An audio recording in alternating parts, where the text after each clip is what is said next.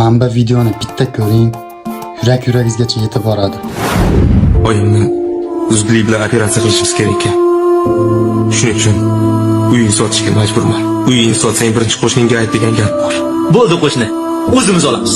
Voy, uyi biz tashlab ikki qavatli quramiz a? Ha, xudo xohlasa. Abdullajon qancha so'rayapsan? Bugun maklerlik kelib baholab ketishdi. 80 mingga ketadi deyishdi.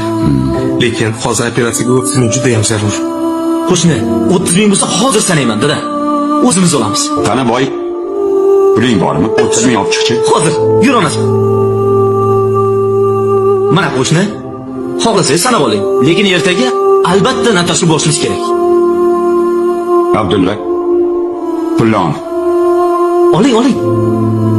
Topganingda berarsan. Dada? Bermasang ham mayli. Dada? Vaqt ketkazma. Tur o'g'lim. Tur. Bor onangni davola. Dada bunma deganingiz? O'chir ovozingni. Tur Abdulla. Rahmon, babo kerak. Bizni qarz so'ramagan odamim qolmagandi. Dada bekor qildingiz shu ishni. Biz unga qarz beradigan qarindoshamizmi? Yo akasimanmi, yo ukasimanmi? Shartta uyni sotib olish kerak edi, bo'ldi. Qo'shnilaringiz sizga mehribon bo'lib ketasiz-da, dada. O'chir ovozingni.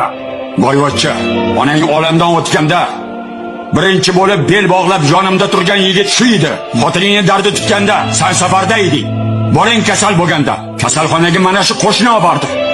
Ha kelin, sizga bu kichkinalik qilib qoldimi? Kammi? Sig'mayaptimi? Birovning kulfatida manfaat topmoqchimisan? Jon qo'shning o'lim bilan olishib yotdi. Biror marta bir kosa ovqat olib chiqdilaringmi? Hol so'rab chiqdingmi? Eskilar bekorga aytmagan. Qo'shning yaxshi bo'lsa, uni menga sot deyishgan. Nima? Otni o'limi, itni bayramimi? Men senga shunaqa tarbiya berganman. Ahmoq!